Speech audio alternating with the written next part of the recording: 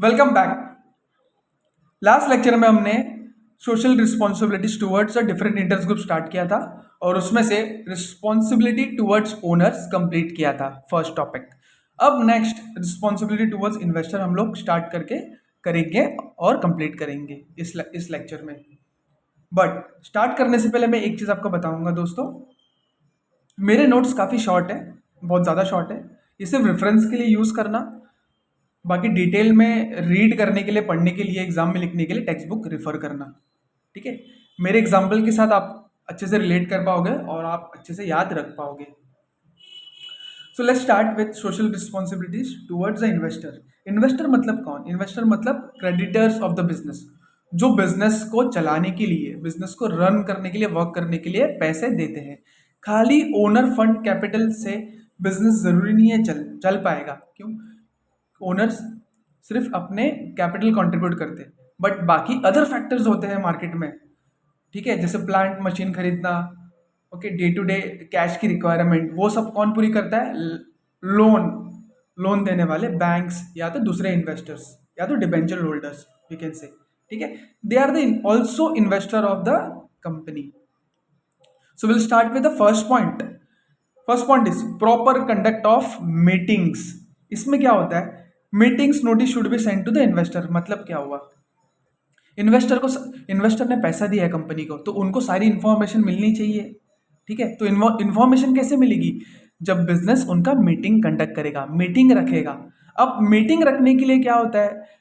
हर एक इन्वेस्टर्स को नोटिस भेजना पड़ता है मीटिंग का। नोटिस का मतलब क्या? आसान भाषा में ये होता है, समझो किसी की शादी है, शादी के लिए क्या हम इनविटेशन कार्ड भेजते हैं, तो उसी तरह से इनविटेशन कार्ड की तरह, उसी तरह से कंपनी को, कंपनी के इन्वेस्टर्स को नोटिस भेजना पड़ता है। जिस तरह से शादी में गेस्ट को बुलाने के लिए वेडिंग कार्ड भेजते हैं, उसी तरह से कंपनी में, कंपनी और मैनेजमेंट को, इन्वेस्टर को नोटिस भेजना पड़ता है मीटिंग में बुलाने के लिए। मीटिंग में क्यों बुलाने के लिए? क्योंकि उन्होंने पैसे दिए हुए हैं, फंड्स कंट्रीब्यूट किया, उनको मीटिंग में सारी इंफॉर्मेशन चाहिए होती है।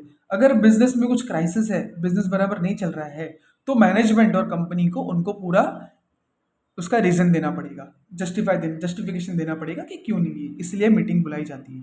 ठीक है, second point, return on investment.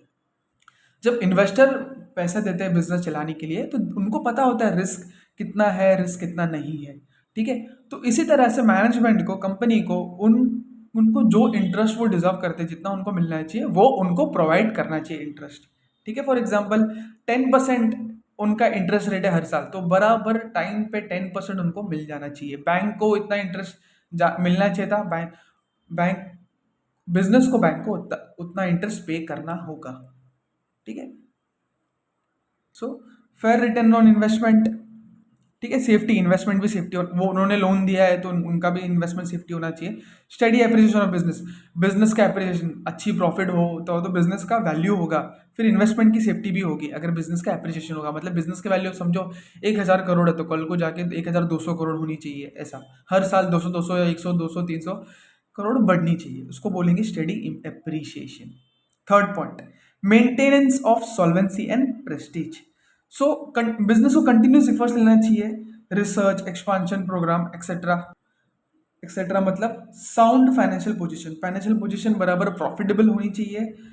ठीक है, कोई भी ज़्यादा कर्जा नहीं होना चाहिए, बराबर इंटरेस्ट पे होना चाहिए। सॉल्वेंसी, सॉल्वेंसी मतलब लॉन्ग टर्म चलना चाहिए, इंसॉल्वेंट नहीं होना चाहिए बिजनेस को। ठीक है, और गुडविल होना चाहिए मार्केट में। अगर गुडविल होगा तो अच्छा ब्रांड नेम होगा और नाम होगा। Okay, now fourth point, maintenance of transparency. Business should maintain high degree of transparency मतलब क्या हुआ?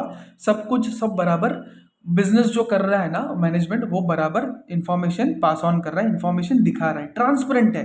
क्यों? क्योंकि क्या होता है, इन्वेस्टर लॉन्ग टर्म, यहाँ पे मैंने एक चीज लिखा, long term and short term funds देते हैं बिजनेस को। ठीक है, बिजनेस को क्या देते हैं ये लोग? Long term, short term funds. So long term, short term funds का मैं एग्जांपल लूंगा आपको। सपोज ये देखो, ये यहाँ पे ये अपना बैलेंस शीट है। ठीक है, ये हो गया BS, balance sheet. Balance sheet में एक साइड लायबिलिटीज होती है, दूसरे साइड एसेट्स होता है। ठीक है, लायबिलिटीज में ऊपर ये साइड जो मैंने क्या दिखा था, डिबेंचर्स और long term loans. Long term loans 10 से लेके 15 साल तक का होता है समझो, ठीक है। और नीचे होता है शॉर्ट टर्म लोन्स, ये हो गया लॉन्ग टर्म, ये हो गया शॉर्ट टर्म।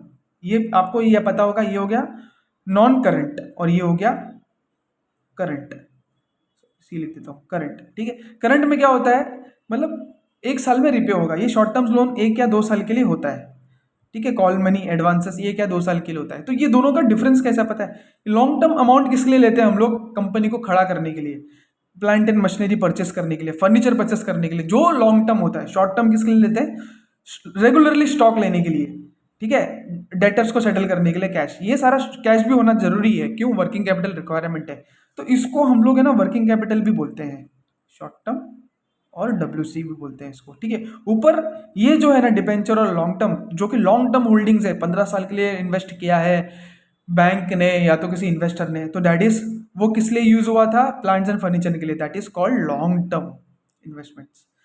नीचे जब 1 या 2 साल के लिए लोन लिया है, एडवांसेस लिया हुआ है, ठीक है, उसके वजह से हमारा वर्किंग कैपिटल चल रहा है, तो वो हो गया शॉर्ट टर्म। Simple difference. आगे बढ़ते हैं, next point, proper disclosure of information. जो फाइनेंशियल परफॉर्मेंस है कंपनी की वो बराबर दिखनी चाहिए, प्रॉफिट में कुछ छुपा नहीं रहना चाहिए, एक्सपेंस बर जितनी जा रही है उतनी दिखना चाहिए, हाइड नहीं होना चाहिए। क्योंकि देखो, इन्वेस्टर को पता चलना चाहिए कंपनी इतना इतना खर्चा कर रही है, तो उन लोगों को पता होगा कि कंपनी ज़्यादा खर्चा कर रही है, तो मतलब प्रॉफिट कम होने के चांसेस है, मतलब उनको बराबर परफॉर्मेंस दिखना चाहिए, ठीक है।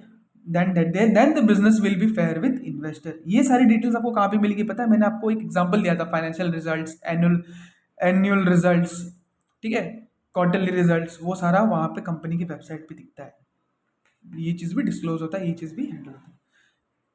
Last point, handling grievances, all queries any other issues must be answered in satisfactory way. क्योंकि इन्वेस्टर है, उन्होंने बहुत पैसा इन्वेस्ट किया है, तो उनकी जो उनको प्रायोरिटी देना चाहिए, उनका जो भी क्वेरी है, उनका जो भी कंसर्न है, वो उनका कंसर्न लेना चाहिए और उनके डाउट सॉल्व करना चाहिए।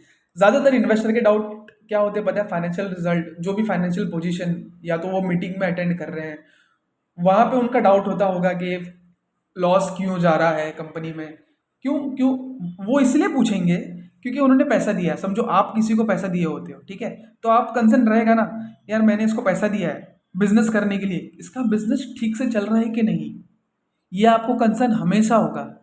तो इसलिए आप वरिड होते हो, क्योंकि आपने पैसा दिया, आपने रिस्क लिया है, तो आप ये श्योर, ये आप ये चाहोगे कि बिजनेस अच्छा चले, और जो मेरा पैसा है, ब्याज बन रहा है, इंटरेस्ट हो रहा है, वो मुझे मिलते जाए, और साथ में मेरा मुद्दल जो मैंने इन्वेस्ट किया वो भी मिले, ठीक है। We are done with investor. In the next lecture we will start with employees, ठीक है। See you, take care.